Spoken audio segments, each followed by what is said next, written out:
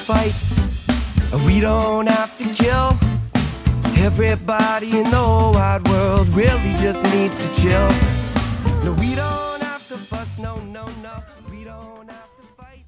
Hello everybody, welcome back to another episode of Just Chill with Oliver George. This is episode number 54, and my guest this week is actually the president of one of my favorite board game companies in the whole world. They have such a unique and innovative way of producing games, and he was just a really interesting and friendly guy. So I can't wait for you to see this, but before we get to it, I want to remind you, if you're watching on YouTube right now and you would prefer an audio-only version of this, then you can get that on Spotify, Apple Podcasts, iHeartRadio, and many other places like that. But if you're listening to me on one of those right now and you didn't even realize that there was a visual side to this show, then I encourage you to please come check it out on YouTube. While you're there, if you could please subscribe, it would really mean a lot to me. We're so close to hitting 1,000 subscribers, and I just can't tell you what that support means to me. So if you've already been checking out the show and enjoying it up to this point, thank you so much from the bottom of my heart. Finally, if you want to hit me up, maybe you've got a cool guest idea or just some general feedback about the show, you can email me at justchillpodcasting@gmail.com. Now, back to this week's guest. I got the chance to speak with Mr. Justin Jacobson. As I mentioned, he's the president of a very cool board game company. They are called Restoration Games. Now, what makes them so unique is that they take old games from the 60s, 70s, 80s, you name the decade, and they breathe new life into them. These nostalgic games that people love from their youth, they improve on the mechanics, they switch up the theme. They end up with just a superior product, but it always carries the spirit of the original. So one of those games is actually a game called Unmatched. It was based off of a old Star Wars game that they incorporated different mechanics into and revitalized the whole thing. And Unmatched is just, it's unmatched as far as awesome games go. It's a two-player asymmetrical game. It plays in like 20 minutes, sometimes half an hour. But you can be the Invisible Man, fighting Dracula, fighting Sherlock Holmes, fighting the Velociraptors from Jurassic Park, fighting Bigfoot and Robin Hood. There's Bruce Lee, there's Buffy the Vampire Slayer. It's insane, the crazy matchups that you can enact, and really just such a blast to play. So I do want to go, and as a caveat here, I want to say I implore you to check this episode out if you are not a board gamer, because it's not just nerdy board game talk. There's a lot of interesting stuff about the behind the scenes board game industry. And beyond that, Justin has been a lawyer for 20 years and made a huge career change into becoming the president of this company. So that whole tale is very interesting and empowering as well. So thank you so much for tuning in, and I really hope you enjoy the chat as much as I did. Thanks so much. Yeah, thanks so much for taking the time to talk with me. Oh, my pleasure. Always happy to chat with folks. Well, I mean, you're the president of Restoration Games, which is a company that's been putting out one of my favorite games for quite some time now, Unmatched, of course. But beyond that, you just have such an innovative approach to the way that you guys do things. And you publish games by basically breathing new life into older games that have a special place in a lot of people's hearts. And you revitalize it, you improve the mechanics in a lot of cases, you might change up the thematics a bit, but just really, really interesting stuff as opposed to the sort of more traditional way of putting out board games. I wanted to know, though, because this is the thing that I didn't know about you, which is that you're a lawyer. So that kind of, I was taken aback by that, but it's very, very cool. And the website says that, I was a little confused because it says that you gave all that lawyering up to start Restoration Games, and yet it seems to also be referring to you as an attorney in the present sense. So do you still maintain certification and all that? Yeah, at least for now. I keep wondering if I should bother, because basically it's just an annoyance right now. But yeah, I practiced law for 20 years. I did a couple years of medical malpractice defense, which wasn't particularly exciting. And then I actually went to work with my dad. He had a law firm, he was a lawyer, and we're doing civil litigation, mostly debt collection, where I was suing people who owed money. Wow, you're that guy. You can imagine. And I will say, like, it's gotten a lot worse. So back when I started, it wasn't sort of as distasteful as it is now. And honestly, that's one of the main reasons I gave it up. And really, I sort of had to give it up. I was really, really dissatisfied, stressed out, and unfulfilled, all that stuff, right?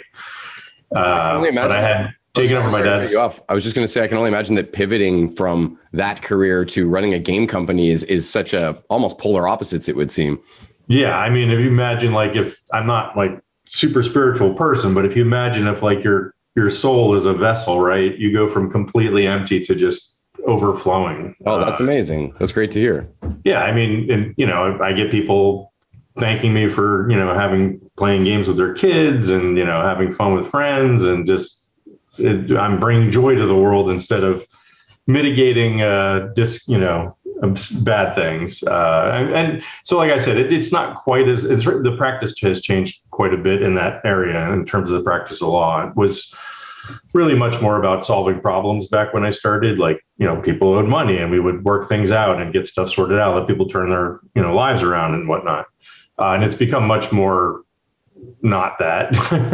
The creditors have become more predatory. The lawyers have become more perfunctory in what they're doing. And it's really just sort of like an assembly line approach to that area of the law and all that stuff. So I was really just, like I said, I was just completely done with it, basically. But it was my livelihood.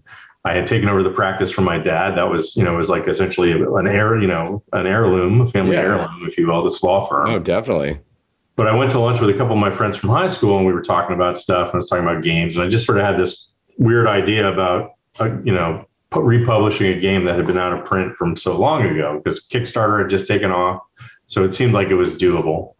I had previously published Dungeons and Dragons supplements under the D20 license and things like that. So I sort of had a little bit of a toe in an amateur sense, but just had this idea, and they knew how sort of miserable I was. They basically just, gave me the push to go forward with it. And I sold the practice. First things first, I talked to Rob Davio, and we sort of figured out a way to make it work. And then I sold the practice and just started doing it full time, and I, never looked back. Yeah, that's so cool, and that's a really ballsy move too. I mean, your whole life is being uprooted in a sense, and so kudos to you for following. Yeah, I mean, kudos to my wife, really. Oh, okay. She was incredibly supportive. She's a very successful attorney too. I'm super privileged in terms of like my personal, finances and things like that to be able to do it. So believe me, I count my blessings every day that it could even pull it off on several levels. But yeah, no, it was great. Well, yeah, it's amazing that it's bringing this happiness and fulfillment to your life. I wanted to know though, what the actual catalyst was that finally made you sort of take that leap and go, all in. I mean, really, it was sort of the idea, like I said, other than being unhappy, sorry, you did say. Yeah, no, like unhappy meant like I needed to make a change. So how is it going to be this change in particular, right? But I've always been a game player. Like even when I was a kid, I played board games, and not the sort of all the traditional stuff. Like my dad and my uncle, who were close, who lived pretty close to each other, and my cousins, we would all play games all like every weekend, and weird Euros that people had never heard of before. Like what's this Settlers of Catan game that just came out in Germany, and they'd be mail ordering stuff from Germany to come over, all that stuff. So I've always been sort of steeped in games, and like I said, I play a lot of Dungeons and Dragons too. I did some self-publishing, so I sort of always maintained it. And the one thing I feel like I've told this story a million times, but probably not to your audience. No, exactly. Yeah, please. So I used to go to Gen Con every year, and I would put on a seminar, a legal Q&A, so that I could write the trip off as a business expense. And I got some clients from it and things like that. And I would always, basically just go. People would ask me questions, I'd answer them, et cetera, et cetera. And then one time after one of my Q&As, some woman came up to me, a nice young woman, and said, "My husband's getting ready to leave Hasbro, and we'd like to take you out to dinner and pick your brain." And that was Rob Davio's wife, Lindsay Davio. And so we went to dinner, had a very nice dinner. Rob was getting ready to leave. He had just done Risk Legacy. Oh, nice. And he wanted to sort of figure out what he could do with Legacy after he left. And so we talked about it. And ever since then, I was acting as Rob Fleur. I did all pro bono work. I would review his contracts and, stuff like that, and IP things, whatever came up for, a few years, several years or whatever. And then, like I said, I just had Kickstarter was taking off. And I just had this idea, like I wanted to do something. And I had this idea in the shower of bringing back an old out of print game, because people would always say, and so the one in particular that I sort of first seized on was Star Wars Queen's Gambit. Oh, okay. Which is based off of episode 1, came out in the 90s. Really cool. Is that the one with the layered board? Yeah. and it has like the 3-part battlefield, and it's pretty cool. Like it's a neat game. I've heard nothing but good things. I've never had the pleasure. Yeah, so it's a lot of people's Grail game, and I sort of always heard that. I was like, well, thinking like a lawyer, you could redo it if you stripped out the episode 1 IP, which who's a big episode 1 fan anyway? Everyone wants that Jar Jar. I don't know anybody's big fan. And redo it with something else, whether it was straight fantasy or something, whatever. But then I was like, Kickstarter would make that possible. So I just had this idea, and it sort of wouldn't let go. Like it kept, wending its way around in my mind there. And, I sort of thought of ideas, and anyway, I talked to Rob about it one day, and he was like, oh, that's a neat idea. Like, I don't think we should do that game, but we just started talking about other games that we played as kids and like bringing them back. Like there are games that, people haven't ever had a chance to experience, like Dark Tower or Fireball Island, or a lot of these extremely rare games that have really neat bits to them, Mm-hmm. And it sort of just went from there. I like to say I made Rob an offer he couldn't refuse. Just make games, and I'll handle all the other stuff. I actually didn't turn out that way. He does some other stuff too, but he's a good partner to have, and it worked out. So, what was the first game under the Restoration banner that was like a revived entity? So we sort of, I don't know, our hubris, but we decided to do 3 games at once. For our first launch. Our mantra from the beginning was always, we wanted to be a 2-year company in year 1 and a 5-year company in year 2. So we were very aggressive about it. Like I said, so it was just us, and then we brought Jason Taylor, who worked with at Hasbro, does graphic design, it's an amazing graphic designer. And then we brought on Lindsay Davio, his wife, who in her own right is this production designer and graphic designer, and she does all production files. She's amazing too. She also worked at Hasbro. That's where they met. Anyway, but we sort of just put our heads down and got through these 4 games and released them all at once at Gen Con in 2017, which was Downforce, our racing game. Okay. Indulgence, which is a trick-taking game based off an old game called Dragon Master that Rob and I used to play when we were younger. And then Stop Thief, which is a really cool game. And the thing we really like about Stop Thief, they all have their own little stories about why we decided to do them. Stop Thief has this electronic device or whatever, and it was one of the very first games to come with an electronic device that became sort of popular. It had some neat ideas, but there's never really been anything like it. So it was a perfect game for us, and sort of planted a flag on what we were all about. Is like, here's this old game. All the old people are going to be like, oh, I remember that game, and all the young people are going to be like, what?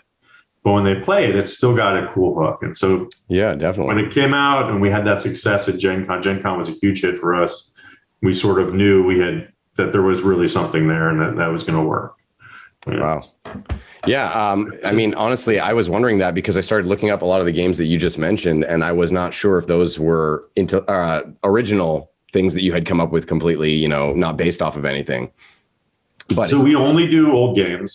Sometimes we change the name, like Indulgence used to be Dragon Master, and Downforce was sort of an amalgamation of several games. There was an old game called Daytona 500, which had the Daytona 500 license, but it was an old racing game by Wolfgang Kramer, who's a very renowned designer. He's won multiple Spiel des Jahres. But there were also some other versions like Top Race and Detroit Cleveland Grand Prix, and a bunch of these other. It does multiple versions of them with little tweaks to them, and we just sort of. But none of them ever looked like really gorgeous by modern board game standards. So that was our big thing. We sort of didn't have to do much to the gameplay. We streamlined it a little bit, took bits and pieces of different parts from the various games and made it to sort of one cohesive set. But mostly we just got a really nice artist and made really cool looking cars and all that stuff. Well, the aesthetic that was like one way to restore a game, right? And then there's Stop Thief, which we said, we have this big chunky plastic electronic device that we can now just put on a smartphone, right? And turn it into an app. And so that's another way to modernize restore a game, Yeah. And so we were sort of figuring out what worked, what didn't work, what people were interested in. And we quickly got the hang of it. Like we sort of, whether we just fell into it or had good intuition or whatever, we sort of figured out really quickly like what makes a really good restoration, which is finding what we call the soul of that original game, like the thing that everybody remembers, turning that up to like 11, like making that the star of the game, and then just building a modern game around it. Using modern game design techniques, better, or upgraded components or art that we have in more modern games and things like that, so that it really supports that cool part that everybody loves. So when they play it, they get that. They get that recognition of the cool part, but they're playing a modern board game. Yeah, well, I wanted to say that the aesthetic on everything that I've seen, all your games, is just through the roof, amazing. And I'm really, really interested in this dinosaur tea party that I saw, because the artwork on that had me blown away too. So that's a funny one, of course. So we were trying to find a smaller game to make, and it's based off an old game called Who's It, which is sort of like a multiplayer version of Guess Who. Okay. And I remember so one of the things we do is we get the original game and play it and sort of get our own feel for it. And I got the game and I played it with my kids after I had looked through it. I was like, just so you know, guys, it's a little bit racist, this game. It came out in the 70s. Actually, I think it was 69 even. Oh, geez. In any case, but it's basically you're categorizing people into various groups, so they were like, oh, why is it racist? And I was like, well, for starters, the word Oriental is a little outdated, but more importantly, the Oriental people are the waiter, and the black person is the stunt man and the rock star, and like the genius is the white guy, right? So we were like, okay, well, first thing we can do, let's take the racism out and just strip it down, But there was a cool part to it, which the cool hook, this is what I talk about, like the cool hook of it was some of the people had quirks. So and Guess Who, you asked, like, do you have a hat? Are you, wearing a red shirt? That kind of stuff. And Who's It, that's the same sort of thing, but some of them have quirks. So one person will always lie and say the opposite, or one person will always answer no, that kind of thing. And that's a pretty cool hook for a very tight little game. So we said, okay, let's just redo it and all that. But we quickly found that whenever you have a game where you're taking people and categorizing them in various ways, there's at some point it becomes uncomfortable. Like, that's not what we want to be doing with our fellow people, So that Rob one day at one with me, I'll never forget. He said, I've had this idea for a title. He just had the title in his head called Dinosaur Tea Party. And what if we did that? And everybody was like, oh yeah, that'll totally work. And as soon as we did that, everything clicked into place. We found this great artist. His last name is hard to pronounce. Gebra Selassie, I believe is how you pronounce it. I'll be impressed if I nailed that one. Really cool artist. He did these. We did a couple of test pieces of art with him, and they came out looking really cool. And then we just had fun with it, like, do the accents, the scoring. We put white cubes in, and we said, oh, those are sugar cubes, Oh, nice. So it's just a matter of, and I will say, you said the games look great. That's, again, Jason Taylor, Lindsay Davio, they're amazing. And just maybe to a fault almost. Like, well, we could get stuff out a lot sooner if we weren't that committed to making sure everything looked really great. And they wouldn't have it, of course. Like, they would not that would not be acceptable, or to me, honestly, or Rob. But so yeah, they're very creative too. So once they get an idea and they get to work on it in terms of the graphics and all that, and working with the illustrators, we're lucky to have them for sure. Yeah, well, I'm going to try and pick that one up because it seems like something I could play with my kids, right? For sure, yes. Okay. Great for families and kids, or honestly, if you've got a bunch of friends around and you're a little bit drunk, it's also a lot of fun. That's like or the majority. Just like doing accents too. That's the other thing. Oh, cool. Yeah, accents and improv, people get a kick out of it as well. It's a fun little game. Yeah. That's like the majority of our game collection here is games we can play when we've had a couple drinks, generally speaking. Sure. I wanted to ask you, oftentimes people, when they shift from one job to another, they find themselves incorporating skills that they used to use at their old job into the new place that they find themselves. So I want to know, which skills you gain as a lawyer have you found the most useful at implementing in your current position? Sure. Totally true. Obviously the big thing is I do all the contracts for the team, for the company. So, that's people in the in the publishers like that are below like the very top tier generally can't afford an attorney. And honestly, that's why I still have my license, because I do a lot of helping out for people, and I wouldn't be able to do that if I didn't maintain my license. That's great. So I'll do like contracts for small game companies and things just to help them out. Nice. But for me, obviously, I just do the contract. It's not that hard for me because I've been doing it forever. But the other thing that's interesting is two things actually. Both of them are. One's pretty obvious. Is I'm a very good negotiator. I think in general, attorneys probably are, but especially that type of law that I was doing, it was all negotiation. And so I've been literally negotiating things for 20 years. I know all the tricks and, troubles and all that. So, when I'm trying to work something out with someone or whatever it might be, or trying to agree to get someone to let us do something they'd maybe not be inclined to do it. So I'm pretty good at persuading people. So that can be good. Very useful, yeah. And then the other thing I found out, so I've always dabbled in game design. Like I think I mentioned, I did some Yeah, I had written some Blue Devil games and one bad. Yeah.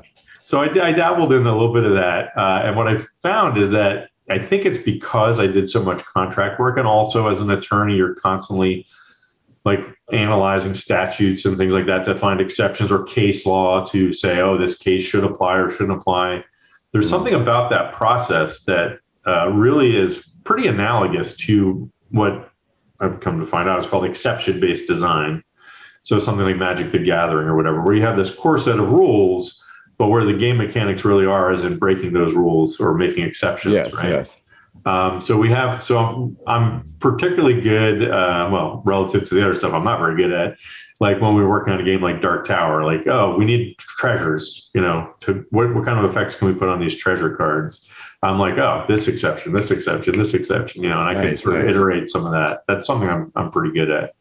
And then I'm also well known for writing the most florid prose on the team, which also probably stems in some way from both reading a lot of, overwrought fantasy novels, but also doing a lot of writing as an attorney. So if we need some very purple prose for some flavor text or something, I'm usually tagged with that. The other people are all great designers and good writers, better than I am, honestly. But that's one area where I seem to have some expertise. Yeah, it seems like you're utilizing a lot of stuff from your job as a lawyer. That's great. In a way. It also helps when you're playing games sometimes too, having those attorney skills. Yes, I can imagine. I have a couple of general board game questions. Sure. One would be that, at least from what I've seen, they seem to have really surged in popularity, especially in the last decade, but arguably since the CCG boom in the 90s is maybe when it sort of kicked things off, but 2000s to 2010s, it just kept rolling. I want to know why you think that is, and I have my own theories, but I'll share that after you've answered. I for sure it has, and I have a couple of theories as well. I think my main one is honestly sort of a snapback from how online we become as a society. This is what I was going to say. Wow. I think people and I'm not begrudging. Like, I've got a smartphone and I'm online a lot. And I think there's a huge value to that, being able to connect with people all over the world, all that sort of thing. But we also are by nature social creatures, right? We have that primal sitting around the campfire telling stories instinct in us that I think is in there somewhere, no matter how much all the other, fancy things that we have. So I think almost the more we do that, the more we also crave some of that face-to-face interactive social tangible time. And games are a great way to do that, obviously. So I think that's a big part of it. I think, Kickstarter certainly helped. I think, as you said, the CCG, really Magic the Gathering came along and just made game stores just out of nowhere. And so these game stores, in addition to carrying Magic the Gathering, can carry board games and that sort of thing. And I think part of it is also a repetitive cycle where the more popular they become, the more interest people have in designing games. And, we get better at it, like the more we do it. And so games have been around obviously since the dawn of time, but this sort of modern board game era, as they becomes more popular, we also become better at it, I think. And the better the games become, the more popular they become. And I think there's a bit of a repeating cycle there. Yeah, and thank God there is. Yeah. What you were saying about technology and the internet and stuff is exactly what I had sort of been wondering about. But it was kind of twofold, because on the one hand, you're right. Do we crave that physical experience? Of course, and tabletop gaming really provides that. But at the same time, the internet is helping in so many ways connect these fan bases that maybe didn't realize, or the companies didn't realize, oh, there's a lot of people that really want us to bring this game back from the dead, or whatever it might be, you know? So there is that side to it, which is beneficial, but it's interesting. Yeah, for sure. Like, yeah, I mean, exactly what you said. I think that basically the internet is facilitating, whether it's meetup groups or Board Game Geek or even digital implementations of games where you can try out games on something like Tabletop Simulator or Tabletopia or Board Game Arena, and try those games out, play them, and then go pick up a physical copy of the game. Like we put Unmatched on Tabletop Simulator, and we put Downforce on Board Game Arena, and both of those games have continued to sell well, even after those digital implementations went into place. Yeah, well, because I haven't been able to get myself. My brother always wants me to play games online, and I'm like, no, man, I want the real thing. I want to shuffle the cards and, have that experience. But it's funny, you were talking about another game of yours that implements using your phone in the game. So that's a whole other new thing that I've tried to avoid. Only recently, the first game I did that for was I finally got the Street Fighter miniatures game after 3 years. And because of a factory error with the dials, they ended up having this really enthusiastic fan who created a digital app that basically looks like the old, Super Nintendo Street Fighter, and just to monitor your health and your energy and stuff like that. Yeah, I heard about that. That's cool. Yeah, I mean, like everybody's got them now. They're ubiquitous. So you can do some neat things with them. I mean, obviously something like Dark Tower or Stop Thief is heavily integrated. You couldn't play the game without it. Yeah. But that lets you do cool things that you couldn't do without it. So Dark Tower, we have this sort of incredibly complex combat system, but to the user, it's very straightforward and simplified. And so because all the complex stuff is happening in the app, and the player doesn't ever have to worry about that. But it would take literally like hundreds and probably over 1,000 cards to mimic what we can do, in the app. And so it's just, I agree. I mean, and it's not for everybody. Obviously there's people who are like, I don't want apps in my board games. I get that. There's plenty of other games out there that don't use it. But it does let us do things we couldn't do otherwise. I just played the Lord of the Rings Journeys in Middle-earth game, which is also the same sort of system they have with Mansions of Madness second editions from Fantasy Flight. Very cool games where basically it's a cooperative game and the app is the dungeon master, as it were. And you couldn't do that without the app. Someone would have to be running all that stuff. And in fact, in Mansions of Madness, someone did run it, and it was sort of the least fun part of the game that someone had to do that and make sure everything stayed on the rails. But now they just have an app that does it, and everyone gets to play. So, and it seems more fitting in examples like the games you were mentioning that already had some technological aspect in them, even in their earliest incarnations. It seems fitting. I know I remember there was a lot of games back in the day that had those VHS tapes like Nightmare or Frightmare or whatever it was called. You know what I'm talking about? Maybe that's not the name. I know what you're talking about. We were this close to getting that license. Oh, yeah. The one that got away from me on Nightmare or Atmosphere, it's one by two different names. Okay. Yeah, because you're right. It's a perfect one to sort of redo with an app now and do all that. Yeah, you don't have to rewind. Yeah, we missed out on it, unfortunately. So. Another sort of a follow-up to what we were talking about with CCGs, I wanted to know why you think the market has moved away from blind booster models. And, don't tell that to the people buying all the Pokemon cards. But it seems like there's the heavy hitters, Pokemon, Magic, HeroClix. There's a few, but there's definitely been a more living card games, more things where you know what you're getting when you buy it, Yeah, I'm half joking. Like I think 90% of the people buying Pokemon right now do not probably even play. It's so weird what's going on with Pokemon cards. But anyway, Magic the Gathering, obviously. What was the question? I completely forgot. Oh, just why the shift? Because in the 90s, there was an Austin Powers card game. There was everything had a collectible card game, and everything was blind boosters. Even in through the 2000s with games like Star Wars miniatures game and a lot of the stuff Wizards of the Coast was doing. But really, in the last 10 years, it's kind of dropped off. Yeah, I mean, it's interesting. Part of it sort of answered its own question, right? Like 99% of those games all died out. And I think the problem is it's just not sustainable over the long term. So that, there's some interesting things that are sort of adjacent to it that people are trying now. There was the Star Wars Destiny dice game, which had booster packs and stuff. Seemed to work for a while, but then that they stopped that as well. And then now you've got Keyforge, which is interesting. Keyforge is a whole other beast. Yeah. Yeah. So people are doing interesting things with sort of collectability. Yeah. But I think it's just the fact is, and there are some, what's it, Blood and Sand? I haven't tried it yet. I think that's the name of it. It's a CCG out of, I want to say, Australia. That's sort of gaining in popularity. It sounds pretty cool. I do want to try it at some point. But I think you just sort of got to catch lightning in a bottle a little bit, because Magic will always be there. It's it's an empire, gorilla, right? And so you have to figure out something that'll differentiate it in some way. Yeah. And it's a lot of stuff to invest. It's more difficult to. It all brings a whole level of complexity in terms of the logistics and manufacturing of it when you add randomness and collectability and things. So it could be a big investment too on the front end. Well, it's interesting being an adult now. I feel like my wallet prefers games where I know what I'm getting, but there's still this nostalgic rush of getting a foil card, or just, that lottery aspect is appealing for some people.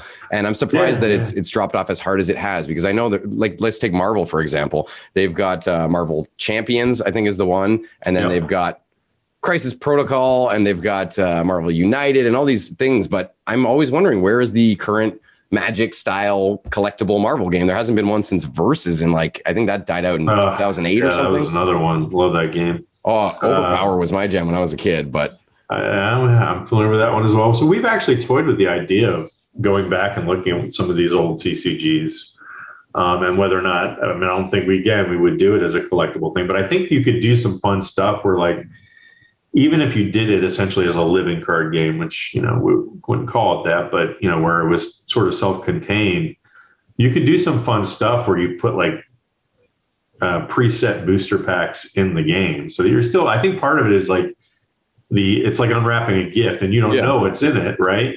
And you don't, I got this good rare, this bad, that you lose out on the randomness, but that's kind of a double-edged sword. But I do think there's some fun stuff you could do with just sort of the theatrics of it, if you will. And in fact, I think that's part of what the appeal of legacy games is.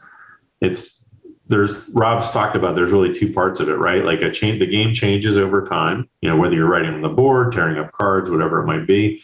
But there's also the unlocked content. And I think that's part of that, is that opening the new box, right? When you meet that, it's sort of, I think it feeds that same instinct that you get from Magic the Gathering. I wonder what's inside. Or even an advent calendar or something, if you want to go even younger. Exactly. Yeah. I wanted to know, perhaps this is will be seen as helping out the competition if you answer this, but I wanted to know what modern or recently released games from another company that you are really into right now and playing a lot. Oh man. All right. You got all my games are in the other room. I can't remember. Let's see. Well, we just played Journeys to Middle Earth. That was very cool. We just played, and this is actually a few years old, but it's Mechs versus Minions. I don't know if you're familiar with that one. It came out from Riot Games, believe it or not. Oh. And it's this huge box, way overproduced. You can't get it anymore, so I'm probably not doing anyone any favors, but it's a super cool game. We just got into that. That was fun. I got my copy of Oath. I just haven't had a chance to play it yet. Big fan of later games. But I just haven't had a chance to play it. It's funny. The irony, of course, is when you work in games, you're playtesting all the time. You don't have as much time to play games as you used to. So, well, I find that just being a parent, I'm constantly buying games. True. I get Kickstarters. I've had one since March that I've opened, but never had the time to actually sit down and really give it a go yet. Sure. Or you get locked into playing one game like Unmatched, and we had a tournament going for a month where we were randomizing who we were going to play as, and that was a great time. Well, at least it's quick. Yes, that's one of the coolest things about Unmatched. I think that you guys managed to capture this really I don't want to say simplistic, but the rules are very easy to grasp in their baseline form. But then the game is full of flavor that adds on top of that, and full of breaking those rules as you were speaking earlier.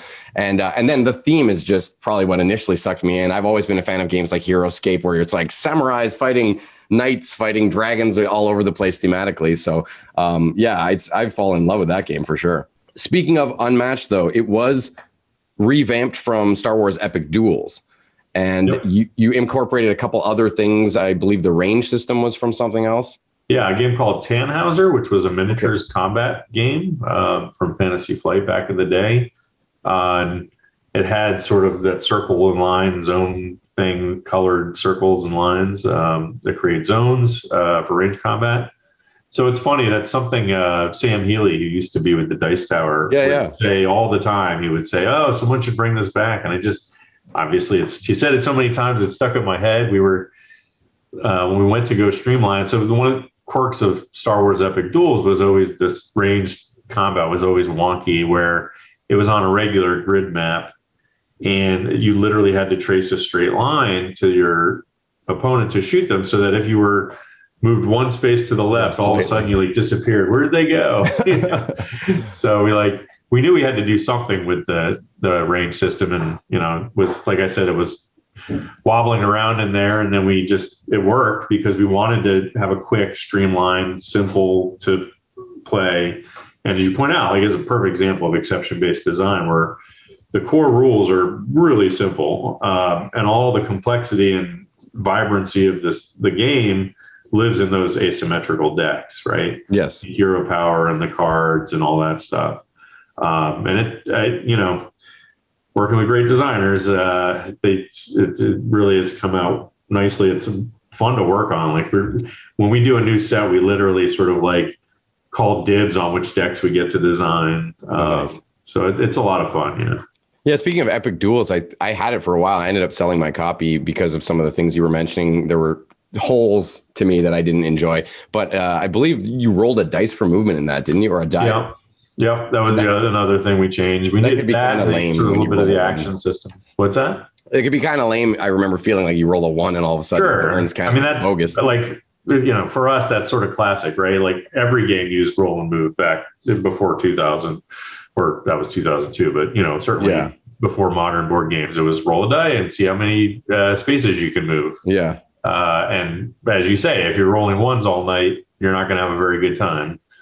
So it had all that variance that caused a lot of issues in the gameplay. And we knew that was one of the things we were going to have to deal with. So the same thing with Stop Thief. We didn't change much in that game, changed a little bit of the board, just like in Unmatched. We made the app out of the thing. But the big thing we changed was, instead of rolling a die, you had this hand of action cards to move. Same thing with Fireball Island. Instead of rolling a die, you had a hand of action cards. And for this, it was sort of a static movement, but the boost system where you can, if you need to move, you can, if you're willing to pay. I forgot to boost in so many games. I forgot to boost, and where you're chasing someone across the map, and I always forgot that I could close that gap. It really took me a long time. Yeah. Where was I here? Well, first of all, let's talk about discussing the amazingly artistic approach you've taken here with, I've got all of them here. So just wanted people to see just how amazing, and all the art in the game is of this caliber. So I'll show a couple more here. We got Bruce Lee is one of my personal favorites, but I've got them all stacked up here. And I wanted to know, that was because of a collaboration with Mondo, right? Yep. So how did that come to be? Yeah, this was Gen Con in 2017. We knew some people on the Mondo team, and we just sort of had been talking about collaborating on something. They were sort of early into games. And we went to dinner with them the last night of Gen Con, and showed them Unmatched, our prototype. We had talked to them about it a little bit, and they played it, and they were all hooked on it. And we knew that basically what we tried to do is, we partnered with Mondo. We knew, the amazing access to some of the most amazing illustrators on the planet. Yes. But also the licensing that they do is they license things, all over the place. And that was not something we were doing. We wanted to make the line vibrant as possible. We could have stuff like Battle of Legends, a really cool set, but also if we could work in some licensed sets, that just, takes it up to the next level. Mm-hmm. And so we worked out this partnership agreement with them, where we sort of co-publish the line, and they work on the licensed sets, getting licensed sets. We do the unlicensed stuff. but we sort of all collaborate together. And part of that is making sure like we're both of us, like I said, committed to making stuff look really gorgeous, for lack of a better term. And high quality components too. Yeah, that was no different. And so we just knew that was something we wanted to pursue.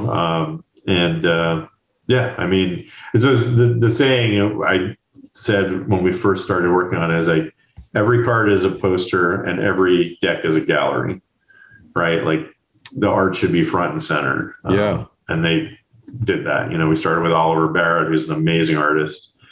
And then we've gotten some other cool artists to work on some of these other sets. We got some more stuff coming down the pipeline. And it has kind of a almost like a psychedelic approach to a lot of the artwork that I really enjoy. It's not super literal all the time. Like, right. Remember the raptor has like the radar thing inside of his eye and stuff like that, where it's sort of dual purpose artwork.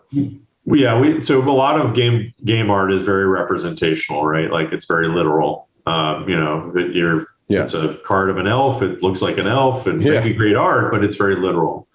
And we knew for this to make it sort of stand out, we wanted it to be more artistic and illustrative rather than purely representational art. And again, the art doesn't, Jason and Lindsay, and then there've been a few over at Mondo, but sort of that whole mindset, if you look at their movie posters and things, it's the same way. Is we're not just making something to sell a movie, we're making art, working with that artist. And that's something that, they've worked super hard at. It doesn't happen by accident, but it's something critical, I think, to Unmatched and helping it stand out as a product line for sure. Well, and it complements the mechanics, which I think designing a game with great mechanics is a piece of art in itself. You know what I mean? It's not easy to do. Sure. Yeah, sure. It's a different set of skills. For sure, yeah. But they complement each other very well, the game that you've designed and the artwork that you've paired up with. I want to know, because we were playing Unmatched last night. I was Robin Hood, and who did she kick my butt with? I can't remember now. But I wanted to know, who is your personal favorite character to play as in Unmatched? If you can pick one. I know it's hard. Yeah, no, I mean, it's funny. Like I've designed some of the decks, so I don't know if it's just, hubris or whatever, but I like the decks that I've designed. I guess I designed stuff to my taste. So, that makes sense. Sinbad, I design, I really like. And Bruce is probably my favorite. Big Bruce. He's so different. Anyway, so that art and, having Bruce Lee on it, and it's plays a totally different kind of way. Yeah. Beyond that, some stuff that I haven't worked on. There's one in set Battle Legends Volume 2, which we haven't announced yet, coming up. That any spoilers? No, not yet. So we're having a media presentation coming up soon, and if you have not signed up for that, you're welcome to. I will. Yeah, to you. Please. But we have a lot of stuff to announce, including some stuff from Unmatched. But I guess from the other side, I like Little Red. She's fun. I like Dracula. He's fun. I like from the licensed sets. I always thought Muldoon was a lot of fun in Gen. He's badass. Yeah. I find everyone keeps fun. They're all sort of fun in their own way. Like the variety keeps it fresh. I like mixing it up. So. Yeah, I like that I'm not a good enough player because my fiance and I just play, and I feel like we're on an equal level for strategy wise. Because I feel a lot of people online are always shitting on the Buffy set. And to me, it's like, hey, it's 4 more characters with cool, unique ways of, playing. So I don't know why everyone seems to. Yeah, I mean, so Buffy, it's interesting because that set was designed. So this is part of the foibles of dealing with licensing, is that set was supposed to come out like October of 2018, and it got pushed way back through just dealing with licensing. And at the time that we designed it, we were like, oh, we've got these sets. We've got a 4-pack. This is probably going to be somebody's first set. Like they're a Buffy fan and they want to pick this up, and it's got 4 players and they want to play 2 versus 2 or whatever, right? So and have all those 4 people playing together. So we specifically designed it with an eye towards team play. And it's funny. So the heroes that people have an issue with, Spike and Willow, are very good in team play. But they're definitely a little bit under the curve for solo play. Now, I don't think you're right. In a highly competitive environment, you wouldn't, like if you were playing in the tournament, you wouldn't pick Willow or Spike. They're perfectly fine. So we're talking about win rates, well within sort of a reasonable margin of error for the average player. Is it going to be tough if Willow goes up against Bigfoot for sure? But we're not trying to homogenize the set either, right? Like there should be some good fighters and some bad fighters. But we also did, at the time at least, when we were designing it was an eye towards team play. I will say now we've sort of gotten better at designing decks because we've been doing a lot more of them. So we're able to do some decks that work well in different ways, but still stand up as, sort of the core play, which, as it turns out, we didn't know it at the time, but is very much, 1 versus 1. For the most part. Yeah. Willow, I don't actually hate at all because I find it's pretty cool to have 2 people both with range. I've always found that pretty advantageous. There are not. She's one of the only heroes to have that. I think she's got some really neat mechanics. The blind boost is obviously hit or miss. That's the point. Yeah. The ability to resurrect her sidekick with a multi-health sidekick is unique. Yeah, she's definitely got some cool tricks. I think she's fun to play, But. Well, it's not bad to have a couple characters that may be known as being not quite as good, because then if you're teaching a new player, you can use one of those characters as a handicap or whatever, so that they might have a bit of a better opportunity at maybe beating you or at least performing well on their first time, Sure. And then, even if it's just being able to play like to your fullest and not just be kicking somebody's butt, right? Yeah. Well, I like when someone says, "Oh, this character sucks." I take it as like a challenge to try to do well with them. It's a fun way to look at it. One thing I think is so cool that you guys are doing is you had a fan design contest kind of thing recently, and you've announced some of the stuff coming out, like Shakespeare is going to be coming, and the Genie from Aladdin and stuff like that. So I wanted to know if there's any more. Yeah, I guess you can't really share any more than that, or. Yeah, no, so we're trying to make sure that each entry has its sort of time in the sun. So it's not that we can't, but we don't want to just announce them all at once and then everything dies down. So we're going to announce them sort of as the sets come up. We announced the 4 winners, which was, as you say, Genie, Houdini, Shakespeare, and Rosie the Riveter. Yeah. And I have to say the contest was amazing. We figured we were like, we'll probably get like 50 decks, and we literally got like 500 entries. It was bananas. So it took us forever to go through them all. We wanted to do it justice, and there were some amazing ideas. And like you could count on one hand the number of decks that just were completely busted or whatever. But so trying to decide on the winners was hard. We were only going to do 4 winners because we didn't think we were hoping we'd get 4 winners. We ended up doing like 12 extra runners up, basically, who we wanted to use their decks. So we worked out deals with them, and they all have contracts. It's actually kind of fun. We have a fun little secret Discord channel for all the contest winners where we were actually going through the process with them as we're developing those sets or whatever. But it's a lot of fun. The first one coming out is going to be Houdini versus the Genie. Have amazing artists on that. It's Christmas around, right? What's that? It's around Christmas, that one? No, it'll be early next year, early next year. I don't know exactly. Okay. So that's getting done now. So can't wait to show that off. And then, Shakespeare and Rosie the River will be coming down in separate sets. But we have like 5 sets planned from all those contest winners, carrying us through like 2023. Wow. So, again, I always say, look, keep buying. As long as people keep buying it, we'll keep making it because it's so much fun to work on. And it's amazing to me. Like, it's really sort of the hidden genius of the Unmatched system is the rules are so simple. Everything's in the decks.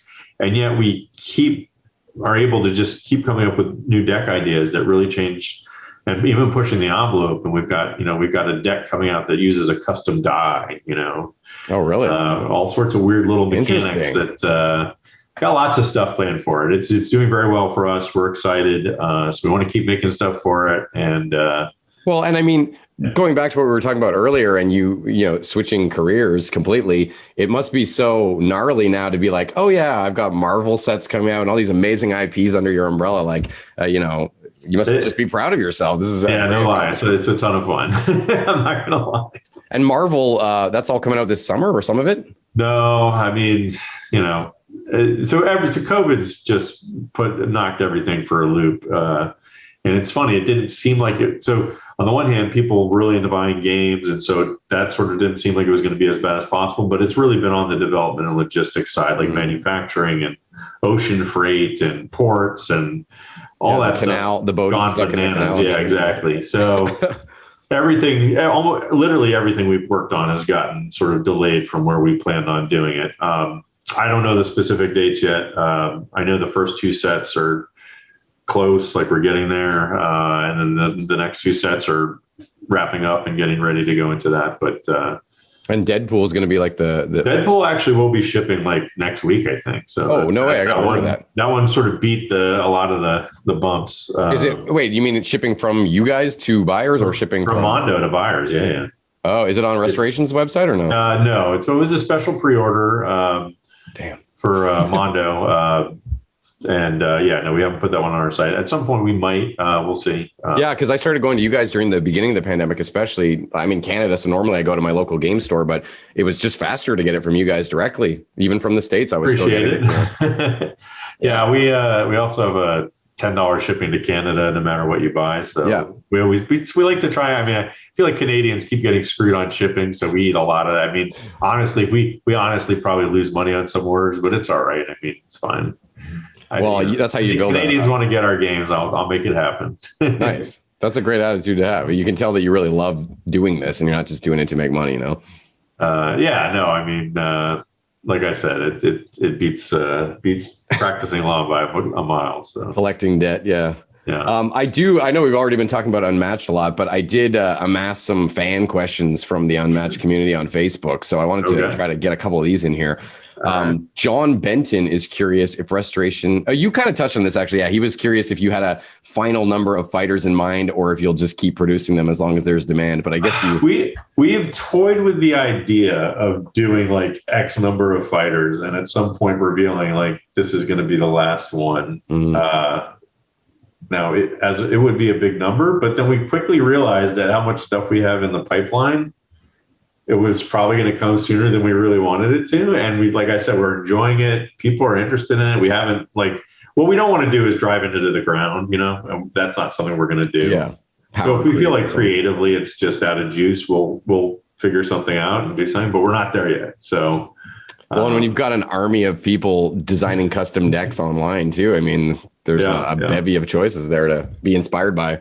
Yeah, I mean, the fact that the results we got from that contest sort of disproved that idea. And exactly, let's keep it going. We've got some other really cool ideas for other form factors. I can't be too specific.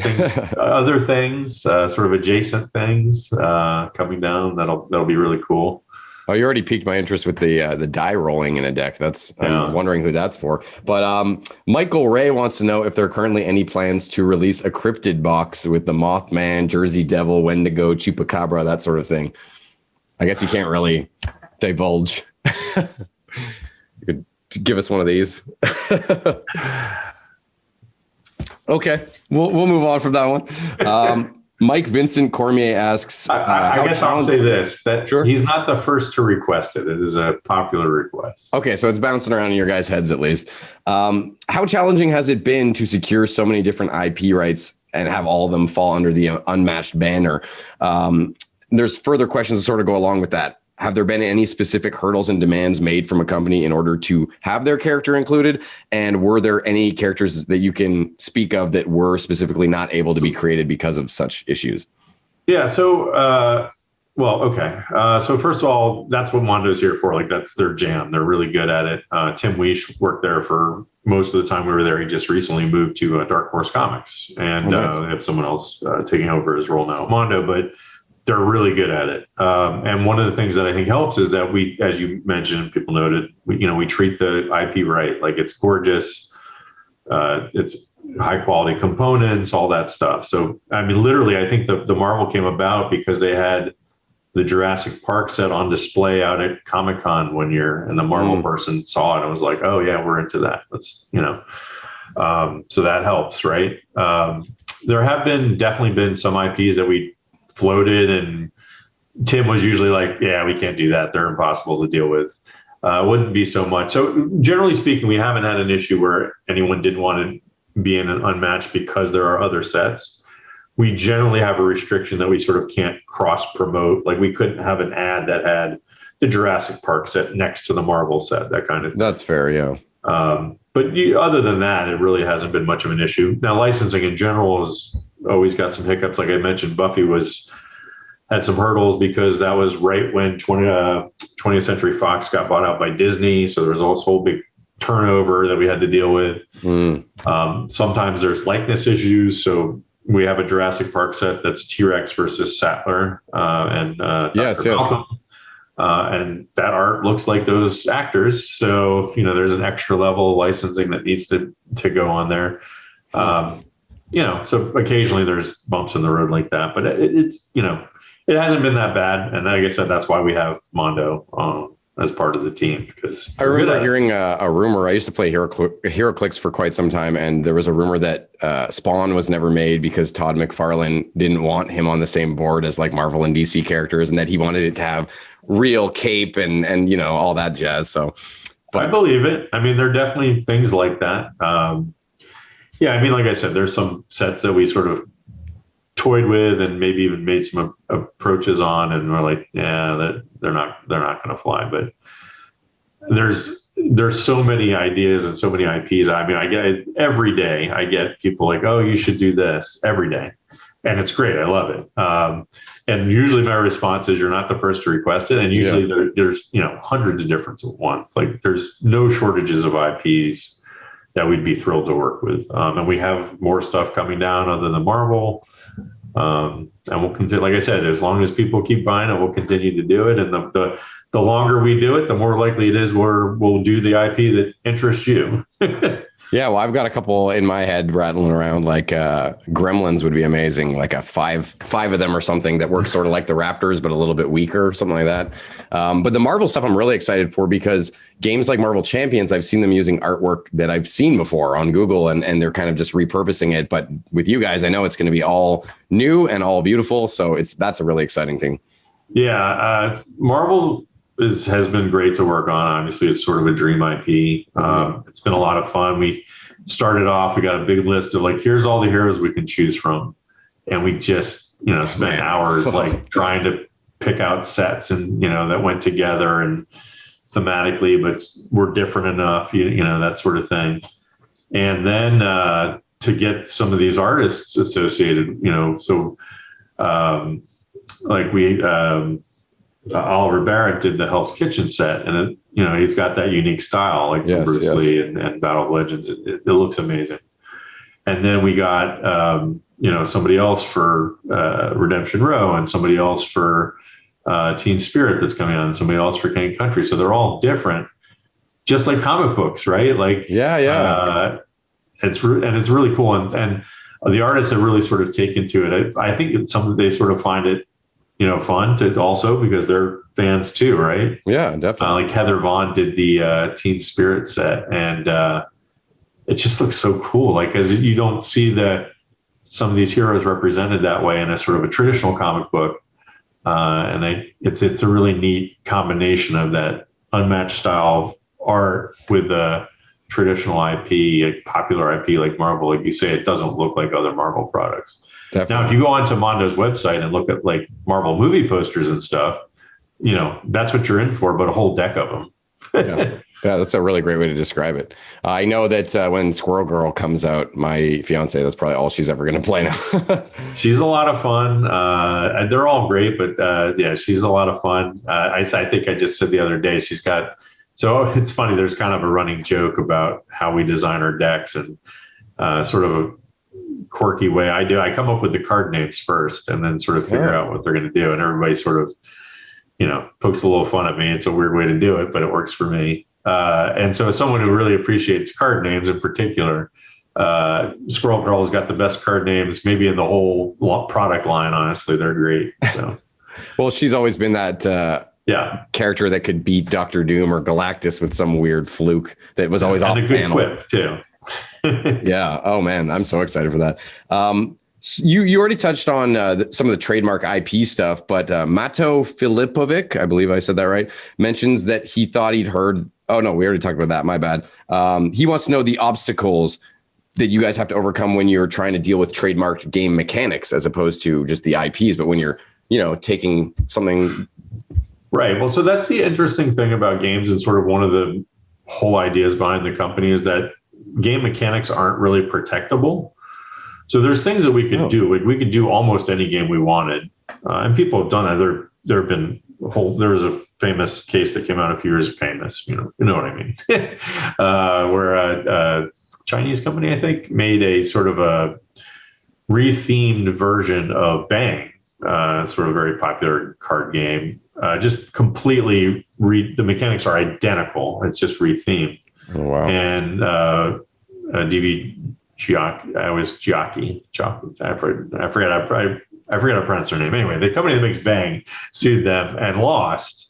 And the court basically said you can't protect mechanics like that. Wow. And sort of this weird thing about games. You can't trademark a game mechanic. You can't trademark a game mechanic. You can't copyright a game mechanic.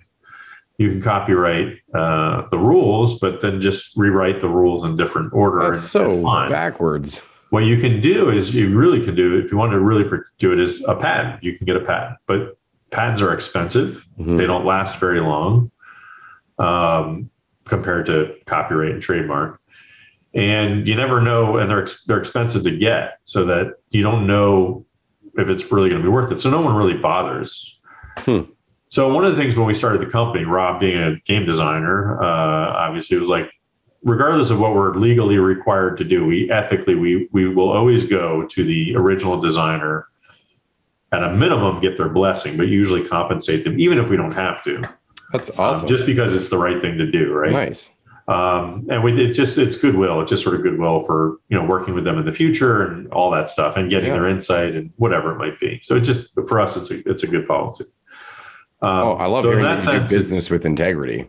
Yeah. So in that sense, the mechanics are usually the easiest part to deal with. Every once in a while, something weird will come up, but not usually in that area. Yeah, I would have never thought that, because the mechanics are so instrumental to what makes a game tick. And a lot of the time they're so innovative and creative, and sometimes flat out genius, that I would have thought, you couldn't just make a knockoff of King of Tokyo and try to run with it or something like that, Yeah, I mean, so I think also in the community, like if you did that blatantly, there'd be pushback and blowback from that. Yeah. It's weird because games are sort of in this unique sort of, in the Venn diagram, they're right smack in the middle between art and science, right? Yes. So you've got, some chemical process to make some industrial thing or whatever is very much a patent. And you've got, I wrote a book, that's very much a copyright.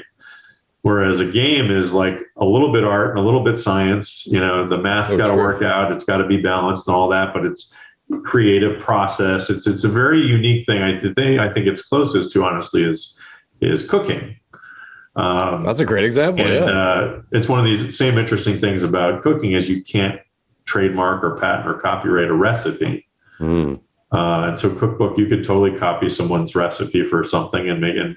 There are stories about that and people doing that sort of thing, and there's blowback. And but I think it's as analogous as I can find sort of somewhere else, because you've got the science of the how many teaspoons and whether it's baking soda or baking powder, that sort of thing, and then you've got the sort of the art of composing flavors and into a dish that has a pleasing taste to it and things like that. Yeah, that's a great comparison, and it's just really interesting. I didn't know any of this stuff.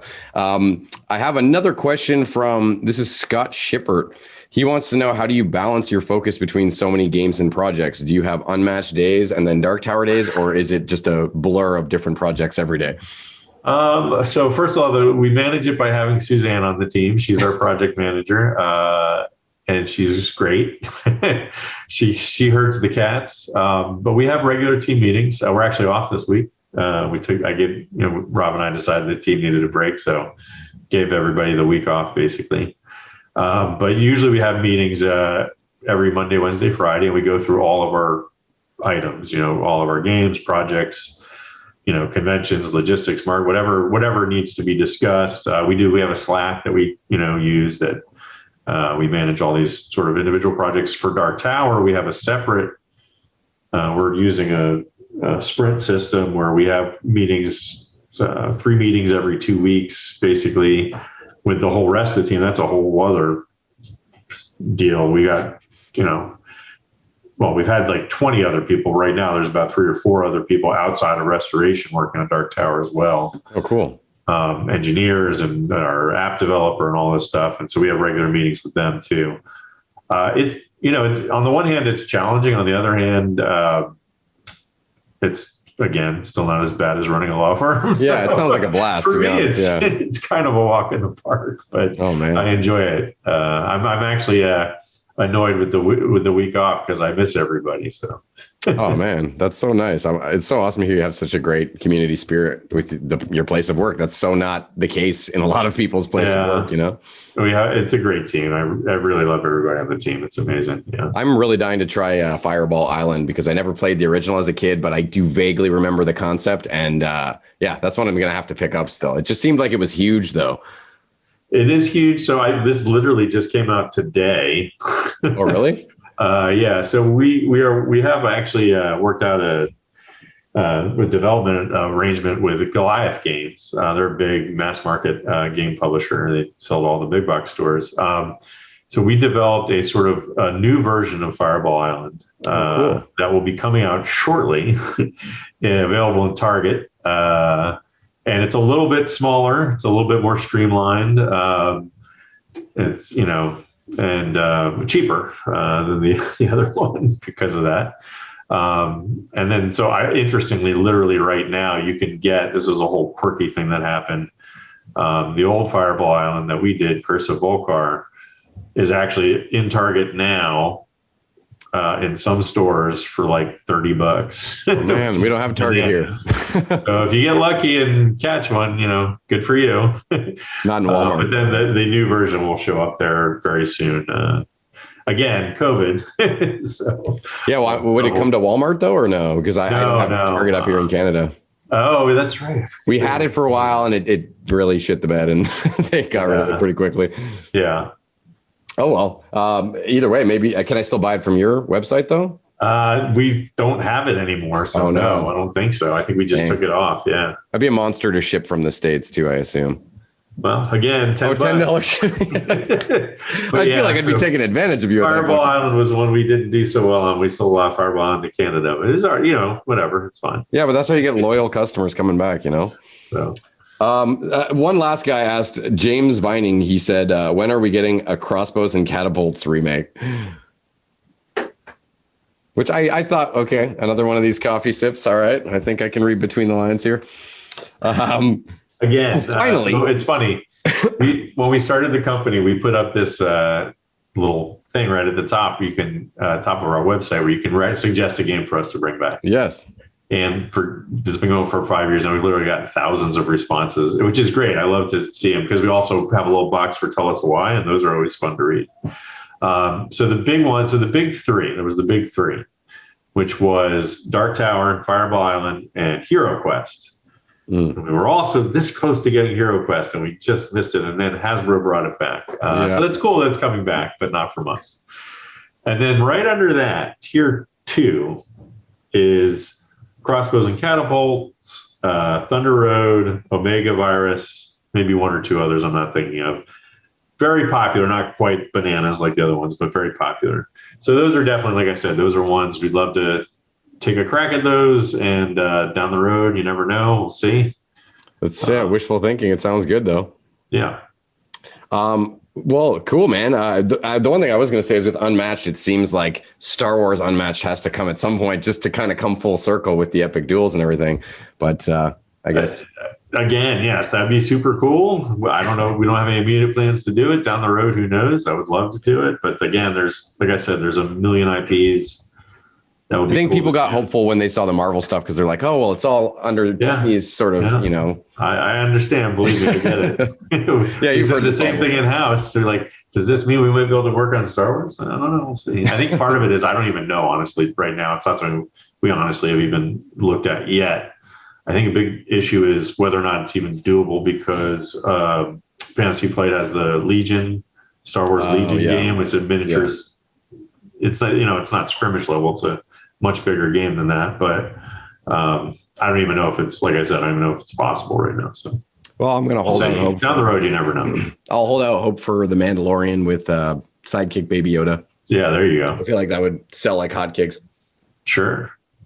Sorry, I got some in my throat here. Lastly, I want to ask you the thing I've been asking everyone this question, or this season rather, which is if you could have dinner with someone that you've never met from any point in history, who would it be and why? That's an interesting question that I was not remotely prepared for. I always like that one at the end. Yeah, that's fine. That's fine. Think on your toes. Give me a minute here. Yeah, no, please. I don't know. This is a super interesting question. I mean, so probably an artist of some sort, whether or not it'd be an actor or a musician, maybe, I don't know, maybe someone like Tom Hanks or someone. He seems like a nice guy to have dinner with. Yeah, I feel like there's no way that could go badly. Or Keanu Reeves. Yes. Huge. Like, it's funny, we've talked in-house, like doing a Keanu Reeves set of like, Ted and, John Wick and what's it, Johnny Utah and whatever. Neo from The Matrix. Yeah. Or So I'm a huge fan of like half the movies, or all the movies isn't, but half of them would be really cool on match sets. I maybe Keanu Reeves, and I could twist his arm into letting us do a Keanu Reeves on match set. That's nice. My answer I'm going with. Yeah, well, he also, everything you see online about him, he sounds like this super nice guy. Sure. So down to earth and stuff. Much like yourself. So I want to thank you again, man, for taking the time to talk with me, because this was really so cool to get to see behind the curtain a bit and to just get to chat with you, man. So thanks. My pleasure. This was a lot of fun. Thank you. Awesome. Well, you have yourself a good night, dude. All righty. Take her easy.